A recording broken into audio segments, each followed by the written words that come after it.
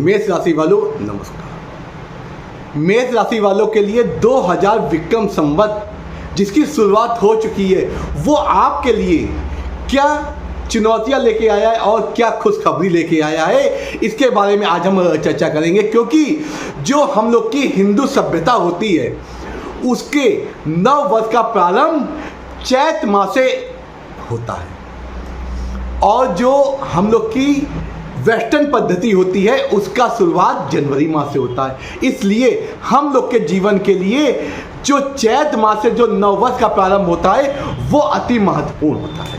इसी अति महत्वपूर्ण विषय में आज चर्चा करेंगे मेष राशि वालों के लिए कि जो नया विक्रम संवत जो प्रारंभ हुआ है वो आपके लिए कैसा रहेगा आपका स्वास्थ्य, जीवन और क्या रहेंगी चुनौतियां और किन ग्रहों का आपके ऊपर विशेष प्रभाव रखना है और क्या है इस वर्ष के लिए आपके लिए मंत्र जिससे आप अपने जीवन को और बेहतर बना सकते हैं। इसके लिए इसको शुरुआत करने से पहले जो मित्र आज नए जुड़े हैं चैनल सब्सक्राइब कर दें और बेल आइकन दें। इससे क्या होगा, आपके जीवन को बेहतर बनाने वाले वीडियो अति शीघ्र और सर्वप्रथम आप तक पहुंचे। 2082 एज पर न्यूमरोलॉजी या अंक शास्त्र के अनुसार देते हैं, इसका नंबर आता है 3 नंबर होता है देवगुरु बृहस्पति जो कि बुद्धि के कारक देवता होते हैं। और जिस समय विक्रम संवत की शुरुआत हुई उस समय हमारे नडाल जो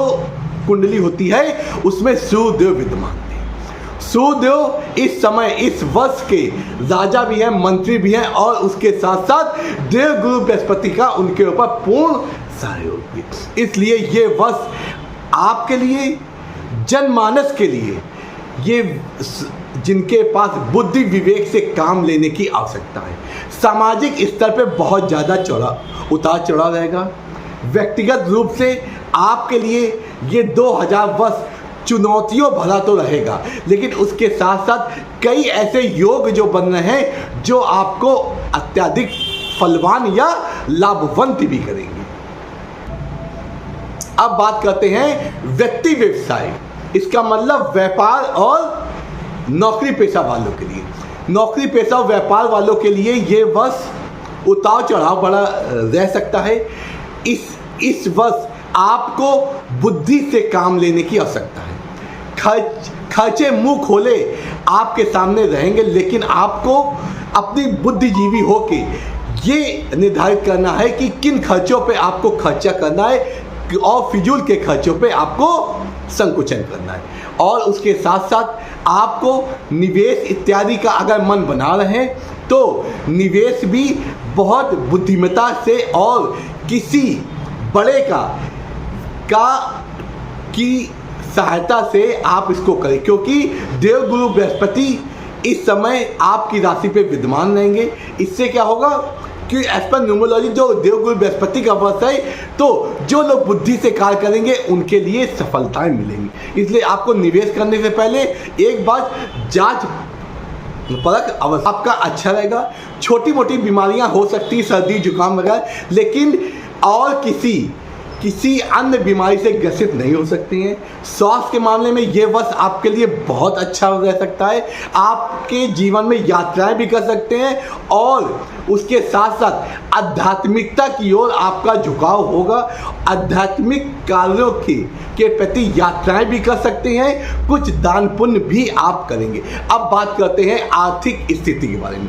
आर्थिक स्थिति आपकी अप एंड डाउन की स्थिति बनी रहेगी, खर्चे भी होंगे लेकिन आय के स्रोत भी बनेंगे। नए अवसर भी बनेंगे कि जिससे आपके धन की स्थिति में बढ़ोतरी हो या धन की स्थिति सबल हो। इससे क्या होगा, आय के आपके एक से अधिक स्रोत बन सकते हैं, उससे आपको लाभ मिल सकते हैं। चौतरफा पैसा आने के योग बन रहे हैं, लेकिन उसके साथ साथ फिजूल खर्चे भी तैयारी बनाए हुए, क्योंकि जिनका इस वर्ष आपके ऊपर विशेष प्रभाव रहेगा।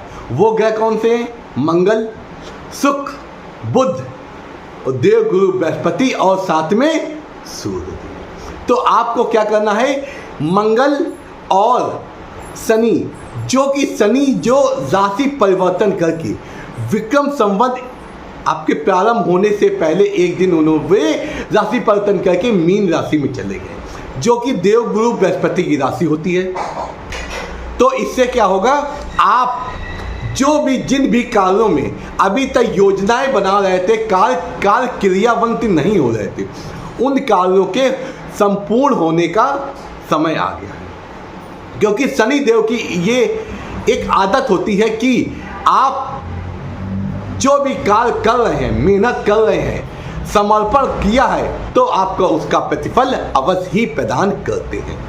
और देवगुरु बृहस्पति हमेशा शुभ फल देने के लिए आतुर होते हैं, जो कि 10 अप्रैल से नक्षत्र परिवर्तन कर लिया है और वो नक्षत्र परिवर्तन आपके लिए बेहतर साबित होगा। इसलिए देवगुरु बृहस्पति और शनि देव की स्थिति आपके लिए अच्छी रहेगी। लेकिन एक चीज बता दें, मकर राशि वालों के लिए शनि की 7.5 खत्म हो गई है और मेष राशि वालों के लिए शनि की 7.5 चालू हो गई है। तो इसमें आपको क्या करना है, अब आपको क्या करना है, आपको शिव जी की आराधना करनी, क्योंकि शनि की 7.5 अच्छे को तोड़ के रख देती है। लेकिन आपको अगर आप शिव भक्ति में और हनुमान जी की विशेष कृपा प्राप्त करेंगे तो ये जो 7.5 आपकी अच्छी चले। अगर आपने लापरवाही की या किसी को धोखा इत्यादि दिया या किसी का पैसे का गमन किया तो ये स्थिति अत्यधिक परिवर्तनशील हो जाएंगी। तो आपको क्या करना है, शिव भक्ति करना है। अब बात आती है उस विशेष मंत्र की जो आपको वर्ष भर करना है।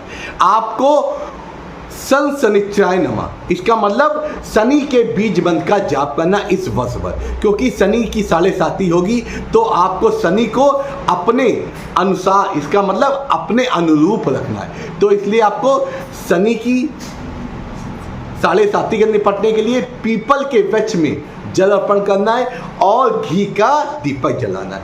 ये क्रिया आपको शनिवार के दिन अवश्य करनी है और प्रतिदिन शिवालय अवश्य जाना है। शिव जी को शिवालय जाने से क्या होता है, जो भी शनि से संबंधित जो भी दुष्योग होते हैं वो योग सुयोग में बदल जाते हैं और आपके ऊपर जो शनि की 7.5 चल रही होती है उसमें भी आपको बुरे परिणाम देखने को नहीं मिलते। इसलिए आपको आपका मंत्र क्या है कि आपको शनि के बीज मंत्र का जाप करना है, मंगल और शनिवार के दिन हनुमान चालीसा का पाठ करना है और प्रतिदिन आपको शिवालय अवश्य जाना। इससे क्या होगा, आपका जो 2082 संवत है वो नए अवसर भी लाएगा, नए परिणाम भी लाएगा, नई सफलताएं भी लाएगा और आर्थिक स्थिति में आपका सुधार भी होगा।